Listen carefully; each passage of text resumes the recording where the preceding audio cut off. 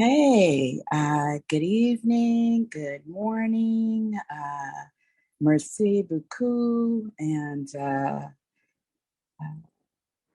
obrigado, wherever you are in the world. Thank you for joining the Global Afrobeat Live Talk Show. We're live here in Sharm el-Sheik, Egypt, where COP27, the Conference of Parties, is taking place. And we want to make sure that we're connecting all of us across the Afro-Descendant diaspora.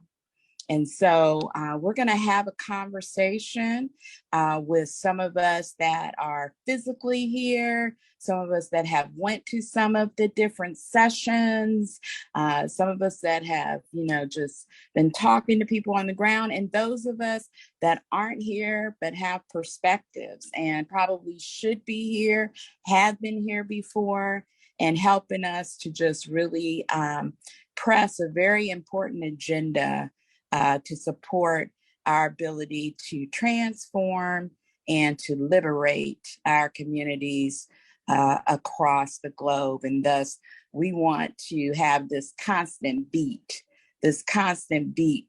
around our transformation and liberation.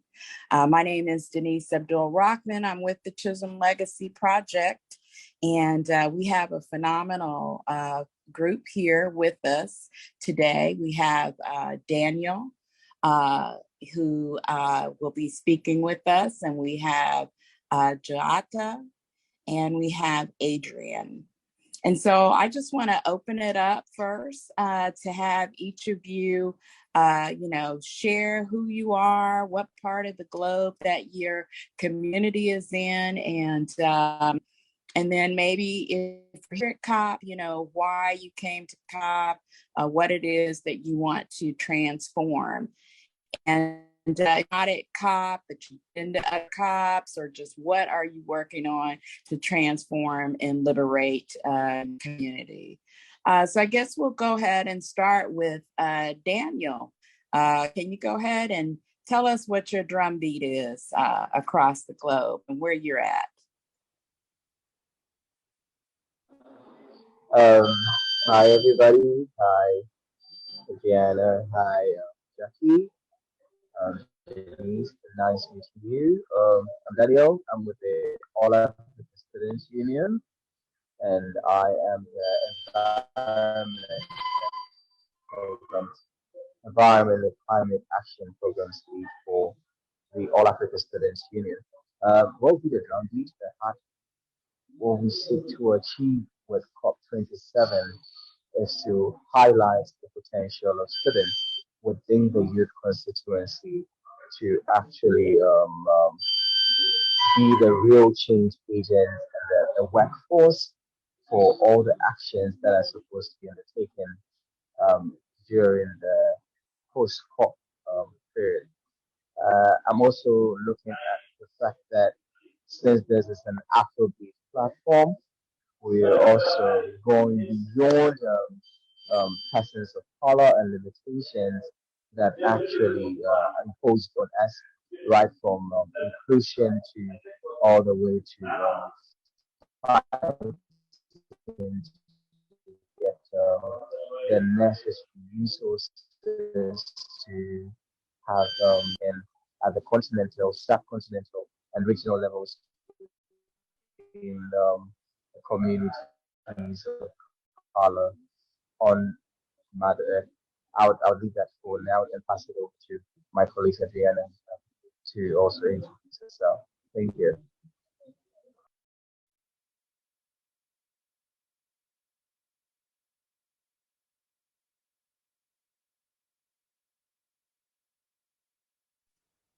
Yes, thank you so much, Daniel. And maybe we had a little bit of difficulty being able to hear you. So if you're able to talk more louder in your space, and yeah, so because we definitely want to hear everything that you're saying.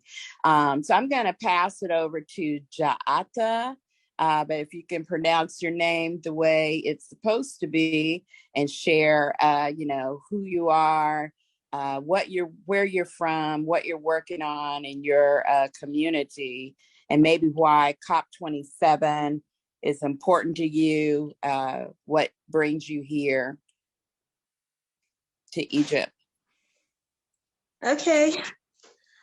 Hi, everyone. My name is Jiata Ugwah. I am a Nigerian. I work as the Knowledge Management and Extension Assistant for CSDevNet. That is the Climate and Sustainable Development Network of Nigeria. I am currently doing my master's in food security in the UK. Yes, I came to COP27 with an expectation for climate justice for Africa. Yes, I came with an understanding that Africa is a continent that is the least contributor to climate change, the emissions of greenhouse gases. And we are also the continent that is most impacted by climate change. Nigeria, for instance, had the highest statistics of flooding that was even higher than the one that was experienced in the year 2012. And for a decade now, we've not had floodings the way we've experienced this year. So many statistics, thousands and hundreds of people are displaced by floodings. And in the same country, you still find some parts of the north still experiencing desertification and desert encroachment. And you see pastoralists moving around with their cattle, looking for pastures, looking for water. So it's really a sad issue we're experiencing in the continent. So I came with an expectation that we need climate finance for adaptation. We need climate finance for mitigation in some areas when we're moving to, just energy transition, renewable energy and green jobs for the youth. We also need finance for loss and damage.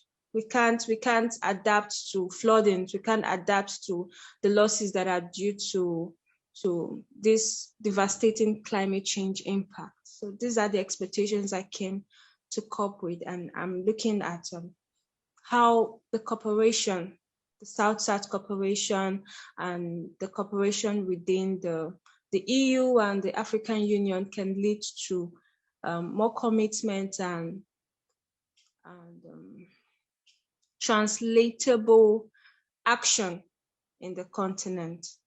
So these are my expectations coming to Sharm el-Sheik. Thank you so much, Jiata, for sharing.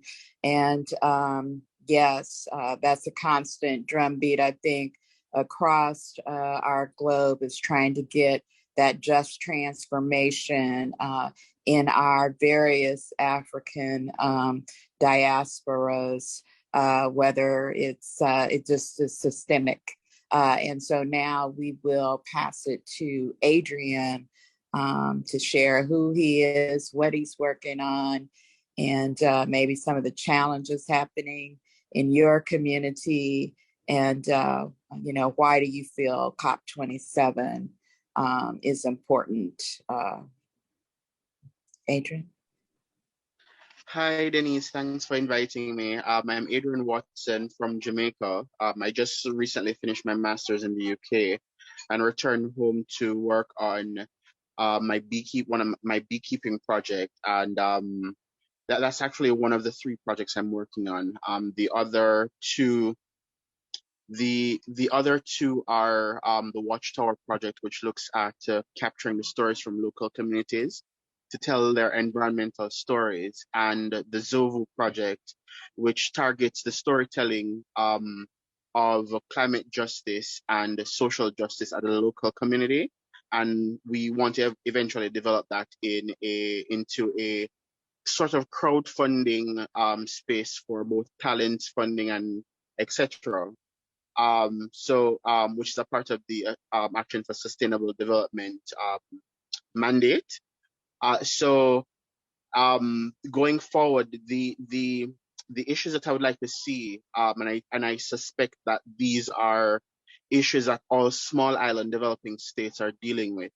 The effects of climate change on or causing droughts and flooding intense in the Caribbean context. That would include the intensification of hurricanes that pass through, and in some years increasing those numbers of hurricanes that pass through. The ecological loss and damage that affects our islands. So not just the loss and damage to our infrastructure, but the loss and damage to our wildlife. Um, Most persons tend to think of when they think of wildlife and biodiversity conservation, they only think of Africa. They don't think of these small island developing states. They don't think of our coral reefs. They don't think about our forests. They don't think about the indigenous animals and cultures in small island developing states. You can see the same happening in the Pacific Islands.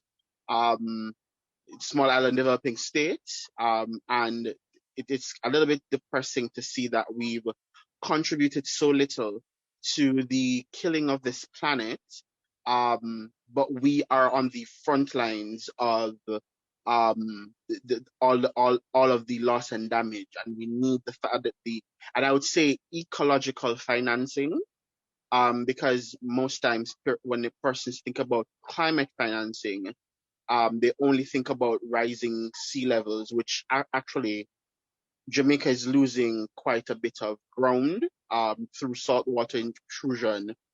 We've lost quite a lot of el-Sheik Beach already, which is a well-known tourist spot, including Negril.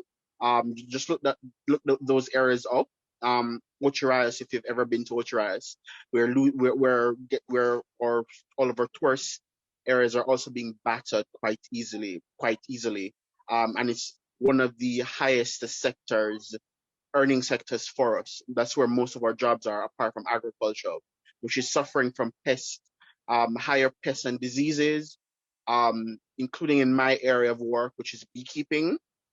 So those are the areas that I would like to see some help in terms of loss and damage. And if you realize that a lot of those sectors depend on our biodiversity, they depend on our ecosystems, including some of the traditional knowledge and traditional medicines that we use in Jamaica. So, which is one of the reasons why I'm wholeheartedly looking at nature-based solutions, benefiting from those loss and damage funding that is promised but has not been delivered. I'll end there.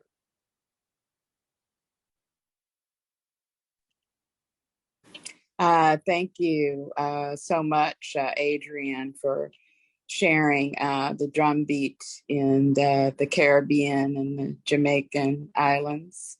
Well, what else can we talk about here? What are some of the, you've lifted up some of the challenges, a few of the solutions. Are there other things that we can be doing, particularly in this COP space, or as we build our relationships with each other? What do we want those that are not here at COP, or those that are listening here on our global Afro beat? What do we want them to know? What can we all be doing? Okay. So for someone like me who isn't attending COP this time around, as a local actor who is predominantly acting alone, I don't necessarily have a coalition working around me. Any information in terms of assistance, in terms of networking, those who would be willing to help individual advocates like me as I build my coalition around me in Jamaica. Well, I shouldn't say that I don't have a coalition. It's just that a lot of our coalitions are informal, and so therefore, to gain access to some of the capacity building, some of the climate financing, we need to be registered in a formal process, and a lot of the the work that is being done are being done by individuals, are being done by informal community-based organizations, informal youth groups, who have to be running these campaigns and these solutions out of pocket, and a lot of them are from low income families, or where they can get assistance, they have to be taking it in kind, because the reporting mechanism for them to benefit is so rigid that it leaves them as the most vulnerable people behind.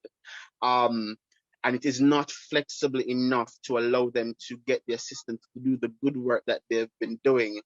Time and time, I've had to use my own network to validate some of these work so that they could actually get some of the assistance needed. But then persons like me are very rare and also very stretched. So because I'm also having to do my own projects. So when a community or an individual asks me, Adrian, you know these persons, could you help me validate that I'm doing actual work, that I'm not necessarily stealing? Because the challenge in the Caribbean is that, and I'm hearing some of my friends in Africa saying that their groups are also informal. They also struggle with this. um, it's not just the Caribbean, but the Caribbean has a particular issue around that, because most persons can't afford the high cost of registration for their groups and the high cost of work put behind to report to make the formal reporting in terms of especially the tax departments that we have, because that in and of itself, that reporting mechanism is also a full-time job. It's not that they're not willing to do it. It's just that there's too few of us with the knowledge to be able to do it. And then it takes away from the work that we do. I'll rest there to let other persons in.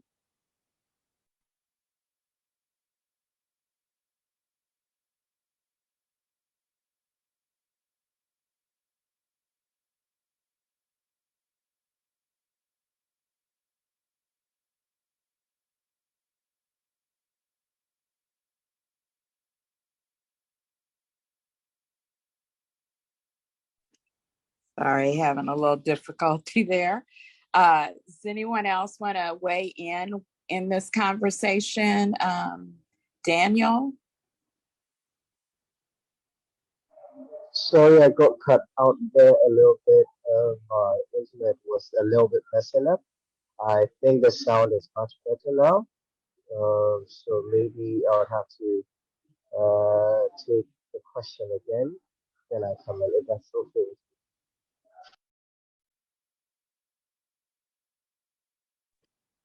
Did you say you needed the question again? Yes. Okay. Well, really, it's just, what of the things that you're working on or that you see is needed in your community? Did you want to lift up maybe any more of some of the challenges, and what are some of the solutions that you find, would be advantageous? And I believe you have a business. So, what kinds of things do you think, because investing in some of the business aspects that can help with those jobs and just transition, some of the things that Jiata had mentioned earlier, is important to our overall ability to, to thrive and to transform. So anything you'd like to share around that perspective, Daniel?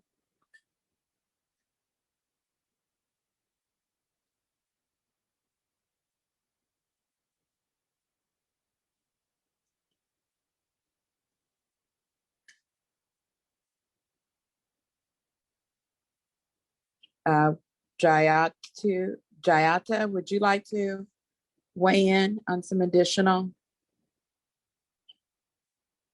comments?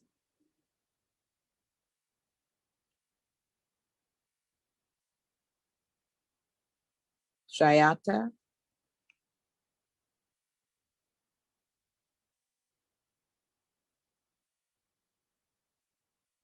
Okay, well, Adrian, can you share some more of the things that you're working on and more around that intellectual crowd sourcing that you know would like to be seeing come into fruition, and some of the things around sharing directories on who is doing what around the globe and how you felt that all of that is really important to our transition? Earlier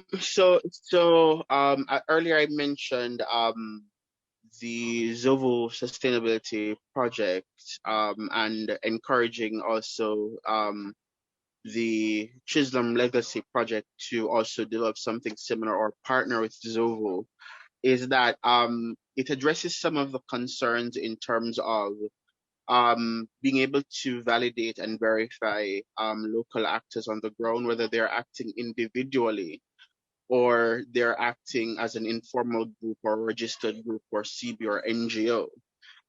Because a lot of the work is being done by local actors who are already giving up time and resources to do such, but are encumbered by the lack of financial resources. A lot of grant applications nowadays are asking persons to where it's a 20, usually a 20/80 split, where the administrative tasks are only supposed to take up 20% of your budget. But I want to tell you that oftentimes it takes up way more than 20% of your time to administer.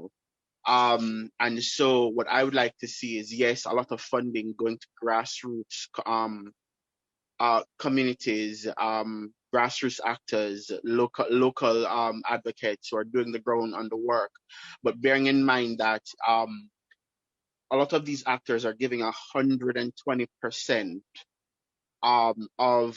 of whatever they're giving, and so therefore some if there's no one to do the work, understand that the work does not get done. The people in my mind doing the work and the administrative portion is also as good as the tasks that are actively done. For example, my beekeeping social enterprise, I would say, for example, I do the trainings of beekeepers. I set up my apiary to where I plant trees around them.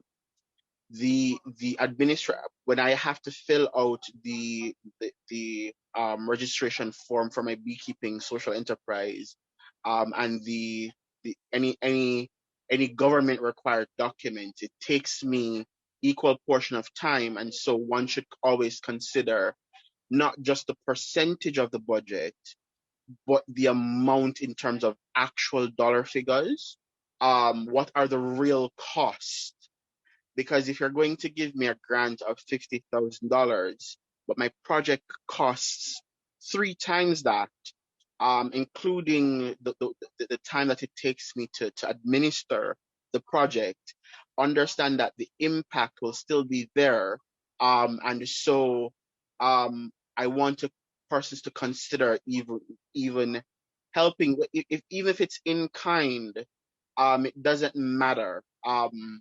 As long as the actual things get done. Um, and of course, it's also a lot of calls for proposals or assistance usually asks for some kind of innovation in it.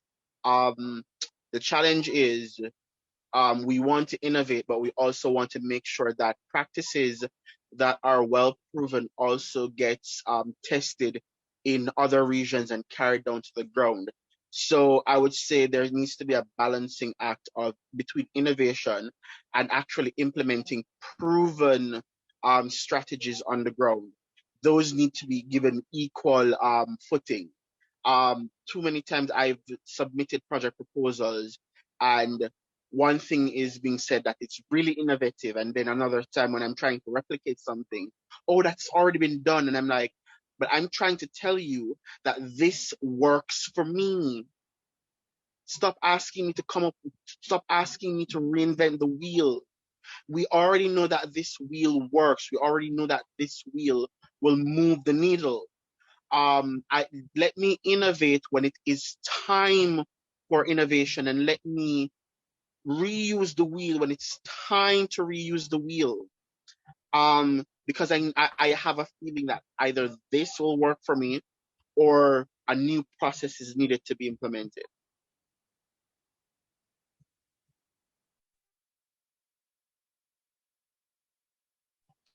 You're muted. We have a question for you coming from the live stream, Adrian, and then I also want to add something to it. But it says that how did you first get interested in bees? Yeah. So I first became interested in bees. Actually, I've been always interested in bees since I was like 6 or 7. We used to go out in the field when we were playing, because I live in this low income community that usually had a lot of bushes. So we used to collect insects, and I've always been fascinated by colonial insects. And then fast forward to doing my degree in geography and zoology undergrad. I did entomology as one of my courses, and I decided that I was unemployed, broke, and having student loan. I ended up paying back 3 times the amount that I borrowed. And one of the young ladies that I met at, she was the apiculture extension officer for my area in Jamaica. And she said, "Oh, but we don't have a lot of scientists as beekeepers. Would you like to come and do the training?" I had to find money to come and do the training. And then I shadowed her for a few years, partly because she also needed the help, because our area was so large that she didn't have any assistance. So that's how I kind of found my way in. But it's been a long journey, because you get piecemeal help here, so it's not taken off in the way that I'd like it, as fast as I'd like it. The hope is that if I can get some kind of fiduciary support, because what I've been getting is in-kind support, but the challenge is because it's so small, it's in nominal portions. I'm finding it very difficult to accelerate the success. But yes, that's how I got started and interested in beekeeping. And then I realized that there's an ecological importance, because 70%, at least 70% of our food, it actually surmised to be more along the lines of 80 odd percent of our food depend on pollinators, not just honeybees. We have to also remember wild pollinators, and valuing them for their intrinsic value, their aesthetic value. But I'll yield back there. If there are any other questions. Thank you, Adrian, and appreciate your working in that really important space, and it's supporting our sustainability, our ability to be able to just eat on a regular basis. So, Daniel, can you share some things around, I don't know if you have perspective around the loss and damage that I guess was recently approved at the COP, or just anything related to, I guess, the COP27, what you've heard and what you've participated in so far.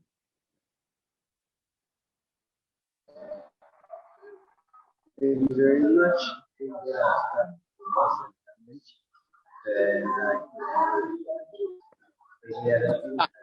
Sorry, can you try to maybe take the camera off, even though we'd love to see you, but can you take the camera off and then maybe see if the sound, now try and talk, would you? Is it better? Can you hear me louder? A little bit better.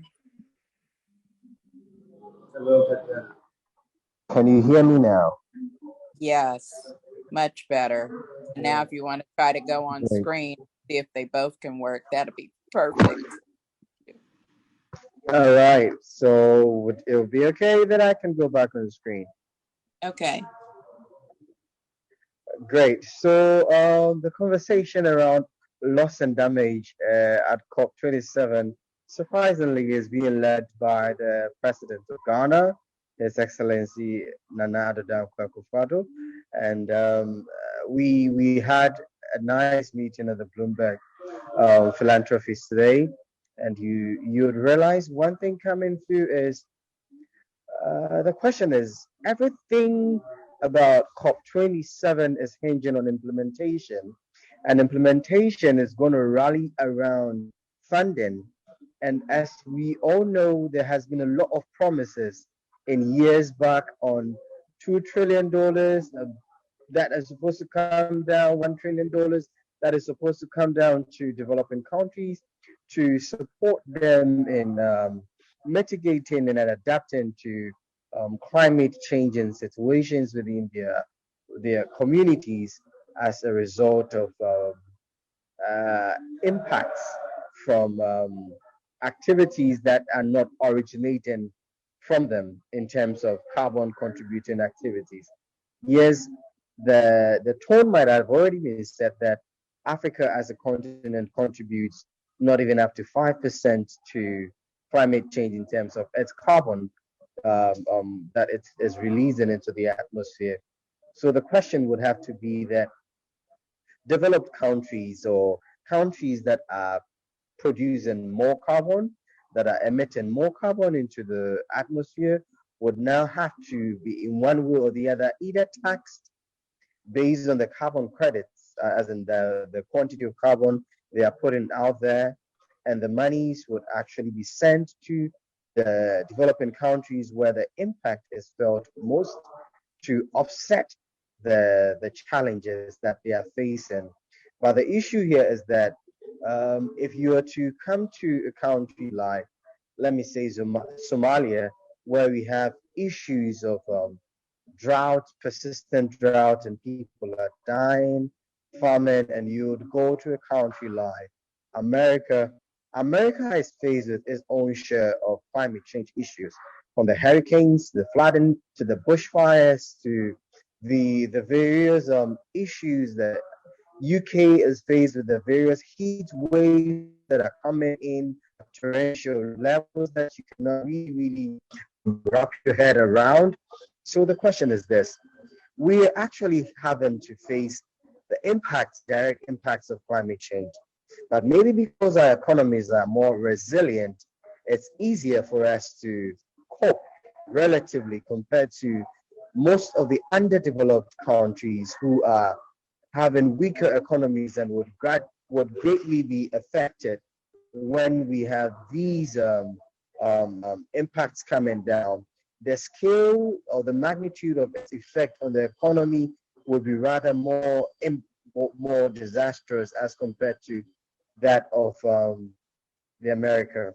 So the question is this: I, as United States of America, am being faced with the same issues. Maybe because my economy is much more resilient, you're asking me to come down. No. We've lost Daniel for now. Hopefully he will make it back. But we're definitely hearing the beat of his narrative, that he's saying that, this climate is changing, or where we are in the globe.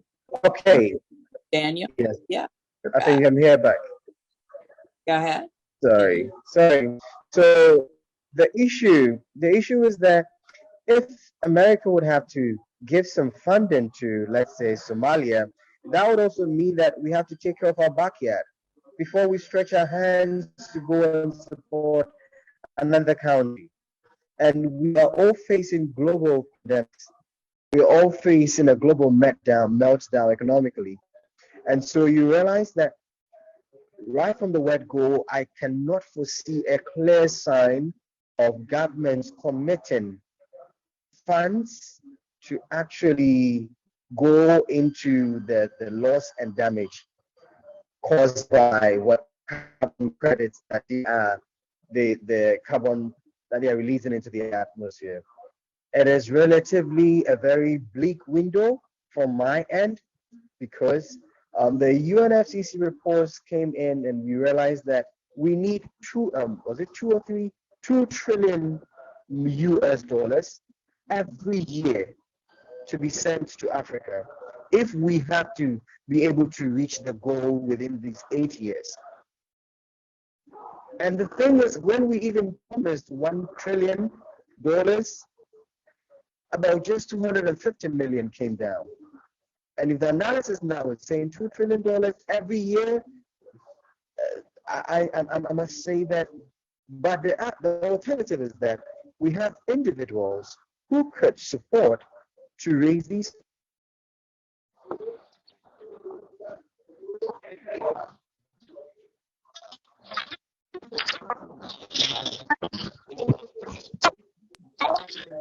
Thank you, Daniel, for lifting up that very important subject matter, how these monies need to move to the developing nations to contribute the least to the climate. Adrian wanted to know, a question is, if you were here at the COP27, what would be some of your demands to the negotiators here? If your community of Jamaica were here, what would those demands look like? Or are they? I know the NGO space here very well, and I've been at the last COP, the COP26 when I was in the UK. The rhetoric is around loss and damage, especially because of our climate change is changing. I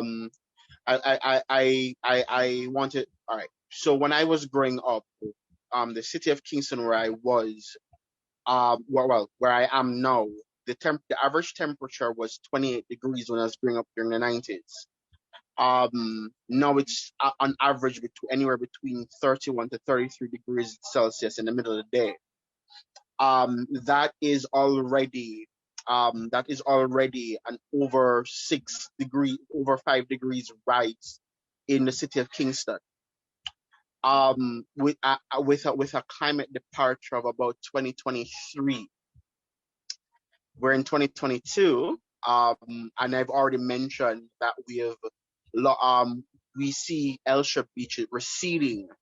The coastline is receding, and that's just literally about 10 kilometers from where I live. So loss and damage is real. People are already losing their income. People are already losing the quality of products that they usually grow. They're not growing as much. So I would like to push loss and damage financing as one of the mechanisms under the climate financing arrangement. I would urge my government to push for not being so polite. I've learned very quickly that being ultimately way too polite in the face of someone taking your eyes, that they'll continue to do so. You need to make noise. You need to occupy space. Because if you allow persons to continue with the violations, climate and ecological violations that they're going to continue if no one holds them to account. One of my challenge is the climate space is talking about accountability without providing said mechanisms of accountability. We speak a lot of the SIDS countries or the developing countries, at least I can speak to SIDS, contributing less than 1% of greenhouse emissions. So we're only accountable for less than 1% of greenhouse emissions. Are we accounting for the other 99% of global greenhouse emissions? And No, we're not, because then the challenge is that $1 billion from that we've been promised since 2015 to now has not been fulfilled. We from time to time we see developed countries saying, "Oh, developing countries, including SIDS, if you preserve your environment, we'll give you funding." The challenge is, if I should drop Jamaica in the middle of the US, or in the middle of Canada or UK, or let's go for one of the smallest developed countries, Jamaica will you'd do the calculations. Jamaica, you'd have to multiply Jamaica oftentimes by at least 1,000, 100 times to get to the landmass of the US or the UK. And so therefore, if we're being asked to preserve our environment, we cannot preserve the same amount of forest the US has.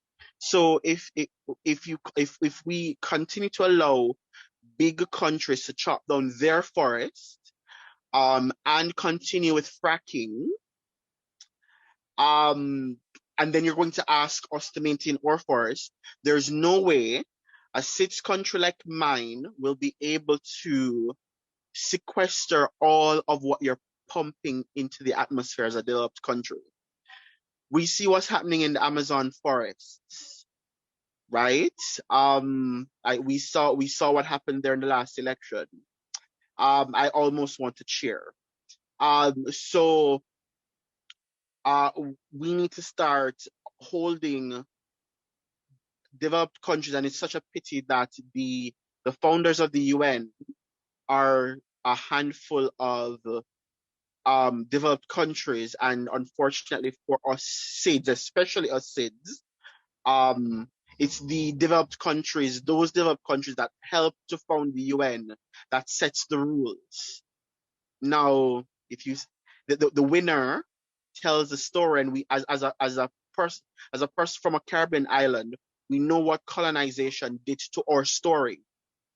We know what colonization robbed us of.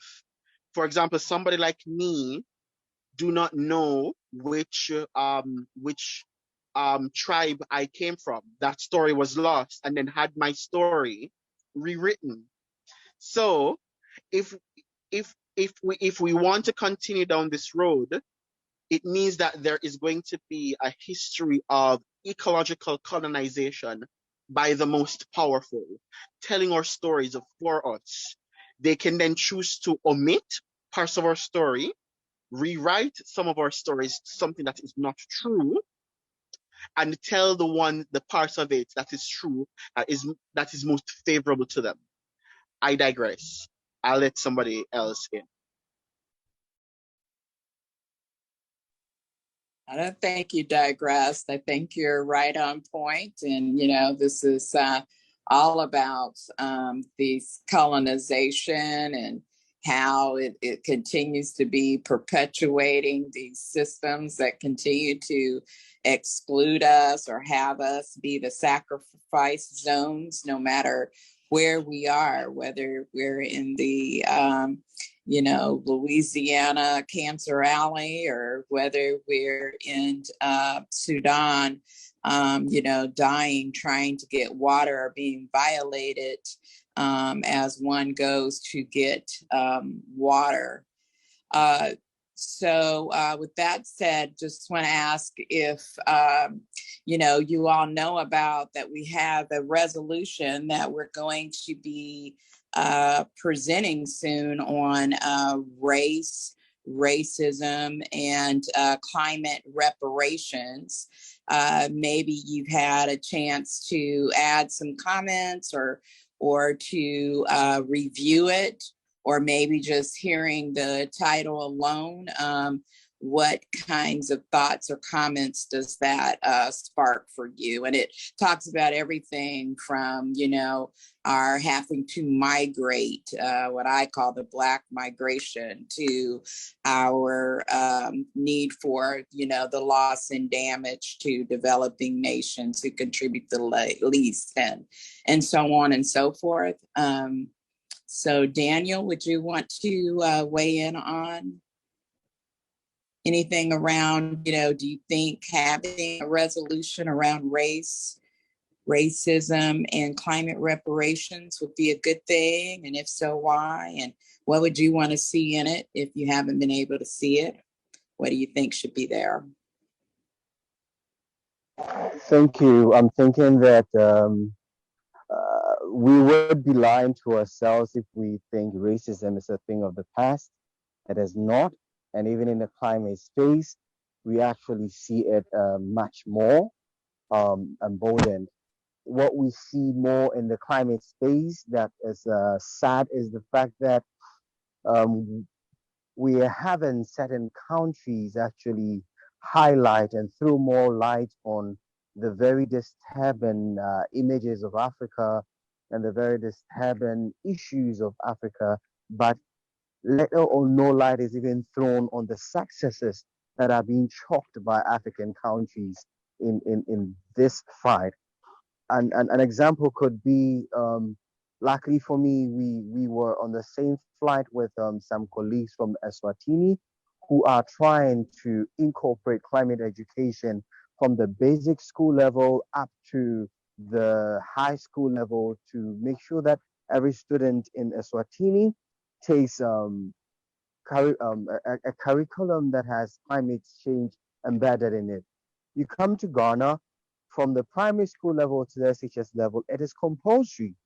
Every student learns about climate change. Even the ministries of government are being forced to include climate change in their budgets and their annual work plans. These are successes that are being achieved by the various Black communities on their own, but you hardly hear these successes celebrated within the spaces of climate justice or climate activism. But we would tell the story in such a way that it will be mourned on Africa as always having to go out there to beg for what we need. But that the let me just state it emphatically. Until we as Africans actually decide to control which story goes out there, what really is our story, then I think we wouldn't have even a powerful voice enough to lay claim on what belongs to us in this loss and damage issue. Because this is how much you have cost us, and this is how much we've been able to salvage on our own. If we're able to even give proof that this is how much we have built our resilience to, if you were to be put in our shoes, you wouldn't survive what we have survived. So cut the talk on you actually trying to tell us that, okay, Adrian, cut the talk on you trying to tell us about let's try to Jojo and see if we are all having the same issues. We have survived it. People started resilience in Egypt, where we have in COP now. Temperatures are very hot here. They've survived it. There are trees growing here. How did they do it? We are resilient as a nation. We are resilient as a continent. We are resilient as a race. And we believe that if we do not tell our story as Africans, it would be difficult to actually lay hold on what belongs to us in terms of these negotiations. If we are saying that we want 2 trillion every year to be given to Africa to support mitigation and adaptation challenges as a result of loss and damages, an example will go to Uganda. Uganda just recently discovered peat, which is like the second largest in the world. Now, that's Congo. They need this. You know, Congo has suffered a lot of wars in their countries, in that country, and they are way behind on a lot of things. These people have discovered peat with a lot of carbon fossils in that could transform their economy. You come and tell me that peat should be there and it should not work. When you are not ready to give me what can actually support my economy, my people, my citizens to actually live and be normal human beings. If you're not ready to pay for this, then don't come telling me that I should let my fossil fuel remain in the ground. When you have actually risen and developed your economies on the back of fossil fuels. And so some of these things are the stuff that you think that sometimes they have racial tones underlining in them. You did same to get to where you are. If I am supposed to do same to get to where you are, and you don't want me to do same, then you should be ready to support me. Yet you fold your hands and tell me, we are all going through global crisis, and so we cannot support as much as we would love to, and go through all the diplomatic talks with no action. The question will be this: will the global West blame Africa if we should decide to go full scale to explore and exploit resources within our reach in oil, in carbon, in fossil fuels, whatever it is, to develop our economies at the expense of the entire world? Will they blame us? If you're not ready to actually take that into consideration, then let's go back to the drawing board for loss and damage. Be ready, be prepared. If the issue is that governments are finding it difficult to commit funding to it, let's begin to tax individuals who are contributing largely to climate change. Because if you take, let me be bold to say, if you take the carbon contribution of somebody like Elon Musk in a month, his travels here and there, and myself who would only maybe travel because of COP27, it's not the same. And so if we could even find ways of tasking individuals who are contributing hugely to climate change, then we would be able to now start seeking other ways of raising funds to support climate change mitigation and adaptation. And it would not just even be the country's commitments. But the issue here is that all this while throughout COP, we have been looking at the country's commitment, the nationally determined contributions, and a little bit we diverted into corporations coming in. And so you see Bloomberg and every other person, every other big organization trying to come in to get something out to support. But underlining these, if we say we want to raise 2 trillion, it does not lie only on governments. We need to start putting certain individuals in check. We need to start letting them feel accountable to everybody on this earth for how much carbon that they are individually responsible for on this planet Earth. And that way we would actually add some level of seriousness to it. Because as it stands now, when I come and commit as a government, you cannot hold me responsible. You only hold the country responsible. I, as a person, I can tell you that I came to negotiate on behalf of Ghana. And so if on any day I said something, it is on behalf of Ghana. But myself, you cannot hold me directly responsible. So if I think that in the negotiation spaces, we can make room for a third wheel, what could be the individuals who are contributing the highest? Because I believe that if I should come to any organization and ask them that, what is your carbon budget for the year? How many people have traveled in the year? This is how much you have cost us, everybody. So if that is the case, this is how much you're supposed to contribute as taxes to carbon credits. Then this money goes into this particular fund A, fund B, and it is used to push and pay for loss and damage. Because mind you me, no government is ready to part away with $500 million from their hard-earned collected taxes to go down to an African country to support. In these global crucial times, it's going to be very difficult. Let's face the realities. As much as our survival as Africa depends on some of these funds coming in, to be very honest, they are not coming. And so we have to also explore these other avenues of getting it. That is what I would actually look at. But the racial content is clearly seen, Yeah. even in the distribution of funds. Yes, it's always profits being put forth before the people. We want to move to this 1 minute drumbeat round. 1 minute, if you all could share your closing remarks and thoughts. So we'll go ahead and turn to Adrian. So 1 minute. If we just look at the 1% of persons who are rich, the top 1%, and if they earn $1 billion altogether, in the richest countries, if we just tax them by about 10%, we have $100 million per year. Now, $100 million per year over 10 years would be $1 billion that these persons, that each country promised.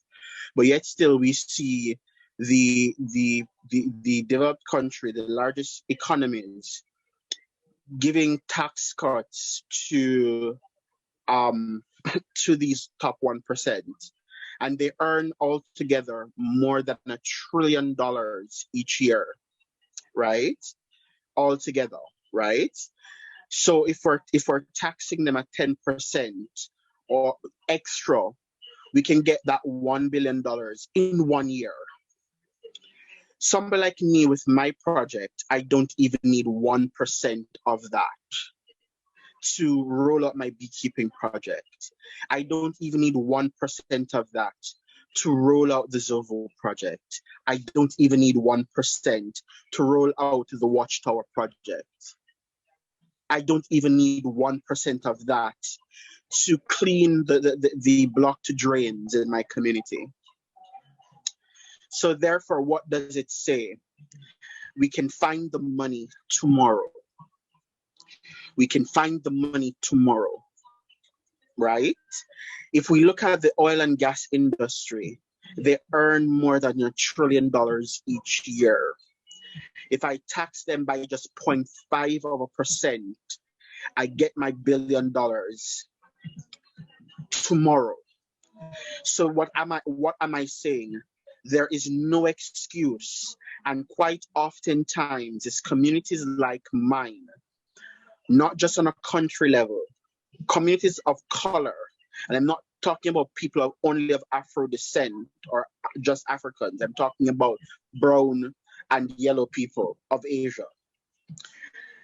If we get that funding, we can get more than just that $1 billion promised. Because then the projects, the active projects on the ground will take far less to implement. We're talking about accountability. We're talking about saving our planet. Without our planet, we're dead. I almost got killed in Hurricane Gilbert at 3 months old, and again by 2 more hurricanes in high school. By the time I reached high school, chances are the climate, the rising temperature might kill me tomorrow as I grow older. I'll rest there. Thank you again, Adrian. And there were some people asking for your contact information. So maybe if you put it into the chat, we can share it in the live stream. People that want to connect, thank you for sharing your Afro genius. And if we can turn it over to Daniel for that 1 minute drumbeat closing remarks. Thank you very much. Apologies for my internet. It has been quite terrible. But this is what I was saying. Nature has its own way, and nature would always find its own way. We can't beat nature. So if we have caused it, which is very clear scientifically, that we as human beings have contributed largely to climate change, and we really don't want to say anything about it. The issue here is that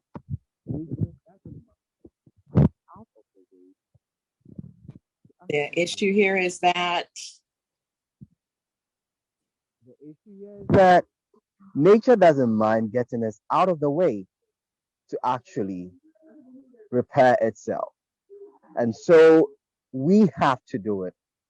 The underlying theme this afternoon, wherever you are, is urgency. We are not having time at our disposal. If there is anything to do, we do it now. Actually, doing it now. And that's it. Exactly. The All fear hands surge. on deck. Thank you, Daniel, for your Afro genius there. And so you heard it here tonight on the Global Afro Beat. We're going to be beating this drum for the next 10 days. So please stay tuned and follow us tomorrow night, 8 p.m. Egypt time, I think 1 p.m. in the States about. And I'll just offer if the phenomenal Jacqueline Patterson would want to give us any closing remarks before we go out. Thank you so much. I hadn't planned to, but I'm always enriched by hearing Adrian, and having met Daniel this morning. I knew from our conversation and the richness that he brought there that he was going to bring it. So I just deeply appreciate both of you joining us and bringing your perspectives and kicking off our 2-week live and direct from COP27 conversation. We appreciate the fact that you were able to ground us in the realities that need to be front and center of these United Nations Framework Convention on Climate Change Conference of Party negotiations. And we as the Chisholm Legacy Project, we as co-conveners of the Global Afro-Descendent Climate Justice Collaborative are committed to making sure that these types of demands, these types of perspectives, these types of analysis and frontline experiences are better centered in these conversations. So thank you for being again our inaugural discussants on these topics. And thank you, as always, Denise, for your facilitation, and everyone who's been behind the scenes pulling this together. Josie, who's here with us, Cassandra, PJ, who people don't know, but they've been central to making sure this happens, and the whole Chisholm Legacy Project team. Without our collective, this wouldn't have happened at all. So thanks, everyone. And looking forward to tomorrow night's installment. Thank you. I want to give a shout out to Jiata, who joined us too tonight and had to leave early. So thank you.